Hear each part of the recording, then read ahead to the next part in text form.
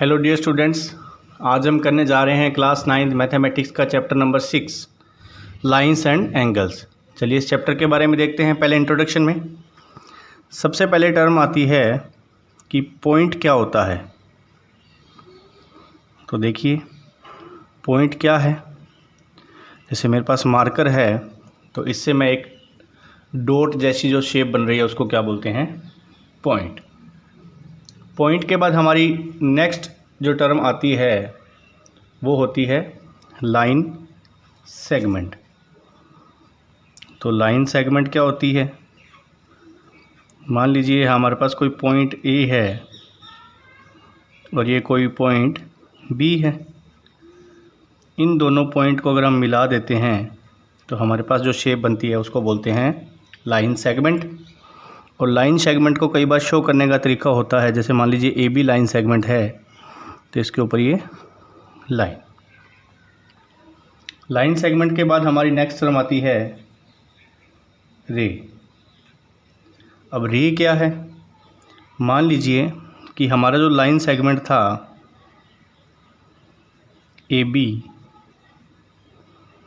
उसको हम एक डायरेक्शन में बढ़ा दें। ये हमारा बी पॉइंट है तो ये हमारा क्या बन जाएगा, रे बन जाएगा। तो रे में क्या होता है कि एक साइड तो एंड पॉइंट होता है बट दूसरी साइड एंड पॉइंट नहीं होता है। और रे का सिंबल क्या होता है, ए बी रे है तो एक साइड एरो का निशान। रे के बाद हमारा नेक्स्ट आता है लाइन। लाइन क्या है, ये हमारा लाइन सेगमेंट था। अगर हम इसको दोनों तरफ इनफाइनाइट की ओर बढ़ा दें तो ये हमारी क्या हो जाएगी, लाइन हो जाएगी। और लाइन का सिंबल ए बी। अब इसके बाद में नेक्स्ट हमारा आता है कोलिनियर पॉइंट्स। अब कोलिनियर पॉइंट्स क्या होते हैं, देखिए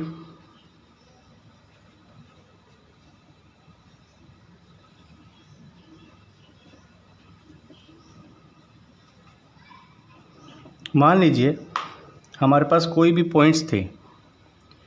ये मान लीजिए ए है, ये पॉइंट बी, ये पॉइंट सी और ये पॉइंट डी। जब इनको हमने एक स्केल से मिलाया तो ये सभी पॉइंट क्या हुए, एक ही लाइन में आए। तो ऐसे पॉइंट्स देखिए, इसमें क्या होगा, 3 और मोर पॉइंट्स अगर एक ही लाइन पर हो तो उनको हम क्या बोलते हैं, कोलिनियर पॉइंट्स। अब इसके अपोजिट क्या होगा, नॉन कोलिनियर पॉइंट्स। तो नॉन कोलिनियर पॉइंट्स कौन से हो जाएंगे, जो कि एक लाइन में ना आए। अब देखिए ये मान लीजिए ए है, ये बी, ये सी और डी। ए बी तो हमारे एक लाइन में आ रहे हैं बट सी और डी नहीं आ रहे हैं।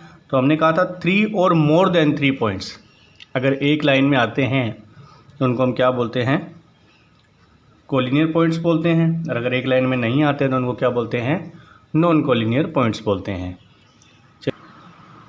चलिए आगे हम देखते हैं थोड़ा एंगल्स के बारे में। देखिए आपको बेसिक है बिल्कुल, ये पता होगा कि एक्यूट एंगल क्या होता है, राइट एंगल क्या होता है, ऑब्ट्यूज एंगल क्या होता है। फिर भी हम इनके बारे में थोड़ा पढ़ लेते हैं। तो देखिए एक्यूट एंगल क्या होता है, जो एंगल 0 डिग्री से तो बड़ा हो और 90 डिग्री से छोटा हो। तो मान लीजिए हमारे पास कोई एंगल x था जो कि एक्यूट एंगल है, तो हम उसका फॉर्मेशन इस हिसाब से लिखेंगे। राइट एंगल क्या होता है, 90 डिग्री का एंगल। इसको आप 90 डिग्री का एंगल बोल सकते हैं और राइट एंगल भी बोल सकते हैं। ये एल शेप में होता है। उसके बाद में आता है ऑब्ट्यूज एंगल। ऑब्ट्यूज एंगल क्या होता है, 90 डिग्री से तो बड़ा होता है बट 180 डिग्री से छोटा होता है।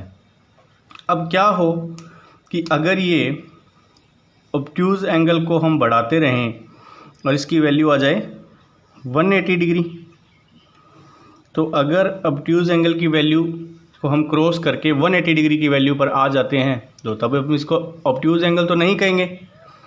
तो ये कौन सा एंगल हो जाता है, ये हो जाता है straight line angle, straight line angle. तो आप इससे एक चीज़ और क्लियर हो रही है कि अगर 180 डिग्री का 180 डिग्री का एंगल है तो कौन सी लाइन हो जाएगी, स्ट्रेट लाइन हो जाएगी। और अगर स्ट्रेट लाइन है तो कौन सा एंगल होगा, 180 डिग्री का एंगल होगा। चलिए आपको समझ में आ गया होगा, आगे बढ़ते हैं। अब मान लीजिए कि आपको कोई एंगल दे रखा है, कोई भी एंगल मान लीजिए, ये एंगल x है, चाहे ऑब्ट्यूज एंगल मान लीजिए, चाहे एक्यूट एंगल मान लीजिए। ये जो एंगल हमारा बना है, इस एंगल के अपोजिट साइड में जो ये एंगल बन रहा है, ये कंप्लीट जो अपोजिट साइड में जो एंगल बन रहा है, इस एंगल को हम क्या बोलते हैं, रिफ्लेक्स एंगल, रिफ्लेक्स एंगल। ये आपने ध्यान रखना है, आपके क्वेश्चंस आएंगे इसके बेस पे। नेक्स्ट इस चैप्टर में आगे है adjacent angle and linear pair angles. मान लीजिए कोई एंगल था हमारे पास COA और इसको एक रे OB पार्ट्स में डिवाइड कर रही है। तो पार्ट्स में डिवाइड करने के बाद जो ये एंगल 1 और एंगल 2 बन रहा है, ये दोनों एंगल क्या होंगे, एडजेसेंट एंगल होंगे। तो इनका नाम कैसे बताएंगे हम कि angle AOB, angle AOB and angle COB या BOC, COB, ये दोनों क्या हैं आपस में, एडजेसेंट एंगल है, या इनको बोल सकते हैं पड़ोसी एंगल, नेबर्स एंगल भी बोलते हैं अपने, साथ साथ बनने वाले एंगल।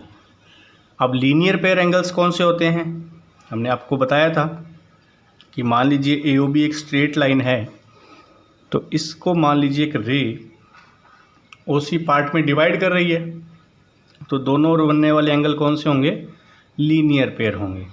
और दूसरी इसमें ख़ास बात क्या है कि जो एंगल 1 आपको दिख रहा है प्लस एंगल जो 2 होगा, ये हमेशा कितना होगा, 180 डिग्री होगा। और ये काफ़ी इम्पोर्टेंट फैक्ट है, आपको इसको काफ़ी जगह यूज़ करना भी पड़ेगा। और इनके अगर नाम रखना चाहे तो एंगल AOC, एंगल BOC। चलिए कुछ और है इसके अंदर आगे, उनके बारे में देखते हैं। नेक्स्ट है हमारा वर्टिकली अपोजिट एंगल। देखिए मान लीजिए कोई टू लाइंस हैं AOB एंड DOC, ये दोनों कहाँ पर इंटरसेक्ट कर रही हैं, पॉइंट O पर इंटरसेक्ट कर रही हैं। तो इसके अंदर क्या होगा कि एंगल जो बन रहे हैं, मान लीजिए एंगल एक बन रहा है AOC and angle BOD, angle BOD, और एंगल जो बन रहा है AOD, ये A से गए हम O पर, O से गए D पर, और एंगल COB, ये एंगल आपस में क्या होंगे, इक्वल होंगे। ये एंगल्स का जो पेयर है वर्टिकली अपोजिट, जिनके हेड आपस में टकरा रहे हैं। देखिए इस एंगल का हेड और इस एंगल का हेड, इस एंगल का हेड और इस एंगल का हेड आपस में टकरा रहे हैं, तो ये एंगल क्या होंगे, इक्वल होंगे। इसके बेस्ड एक थ्योरम भी है, वो थ्योरम भी हम आज ही करेंगे। चलिए नेक्स्ट इसके अंदर आता है इंटरसेक्टिंग लाइंस।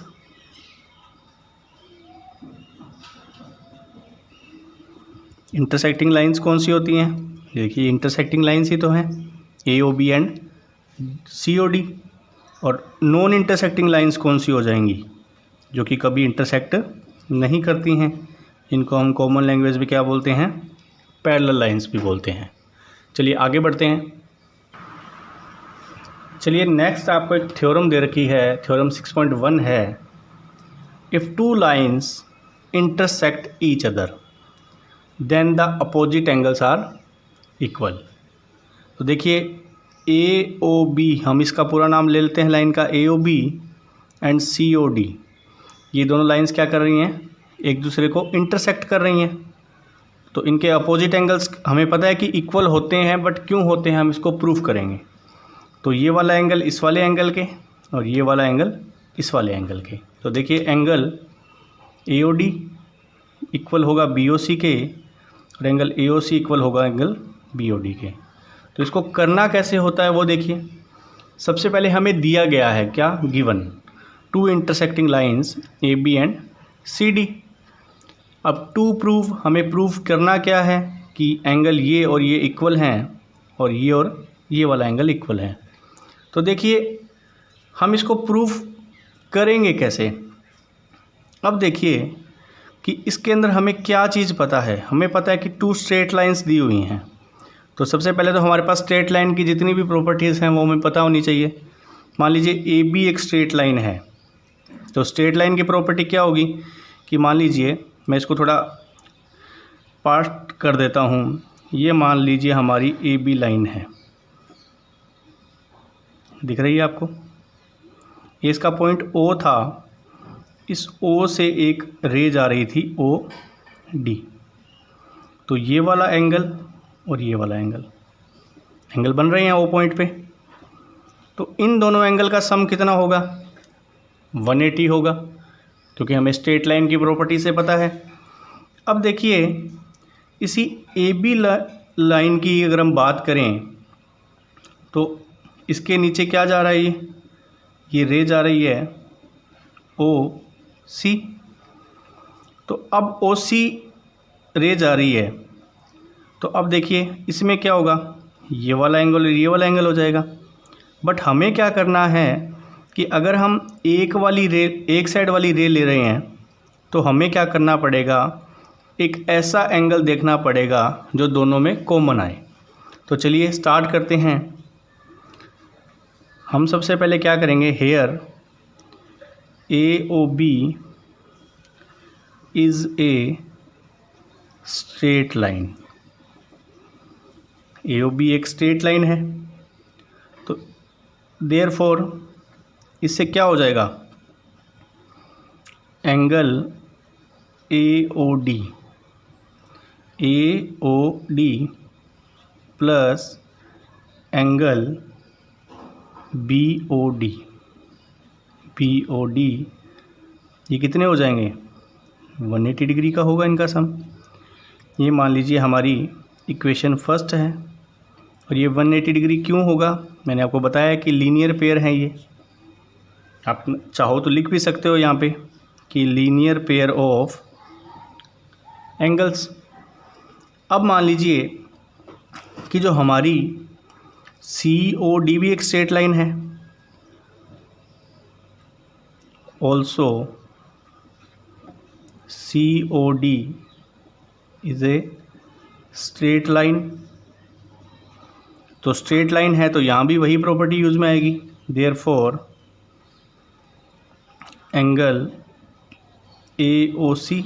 अब देखिए सी ओ डी के लिए A O C and A O D plus angle A O D is equal to 180 degree, same linear pair है। इसको हमने दे दिया इक्वेशन नंबर 2।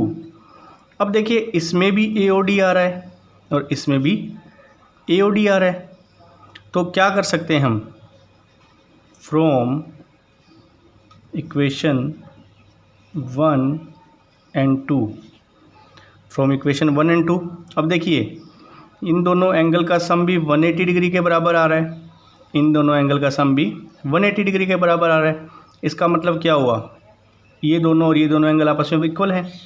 तो angle A O D plus angle B O D equal क्या हो जाएंगे, angle A O C plus angle A O D. क्योंकि दोनों 180 डिग्री के बराबर थे। अब देखिए यहाँ भी AOD है और यहाँ भी AOD है, तो AOD से AOD क्या हो जाएगा, कैंसिल। बचा क्या, angle BOD equal angle AOC। ये हमारा सेकंड वाला देखिए, एंगल BOD और एंगल AOC, तो ये हमारा प्रूफ हो रहा है, तो हम इसको लिख सकते हैं हैंस प्रूव्ड। अब जो इसका सेकंड पार्ट है वो भी आप करके दिखा सकते हैं। उसके लिए आपको जैसे AB लिया तो आप सेकंड तरफ की रे लेंगे, फिर इस तरफ की रे लेंगे, बट आपको ऐसा करके दिखाना नहीं होता है। आप सिंपली लिखिए similarly we can say that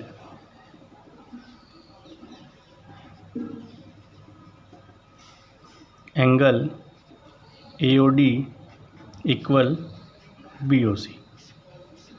ये आपकी थ्योरम थी। देखिए थ्योरम्स जो होती हैं वो देखने में बहुत इजी लगती हैं, बट जब तक आप इसकी खुद से प्रैक्टिस नहीं करके देखोगे तब तक आपको ये समझ में नहीं आएगी। आज की वीडियो में हम इतना ही पढ़ेंगे, तब तक के लिए थैंक यू सो मच।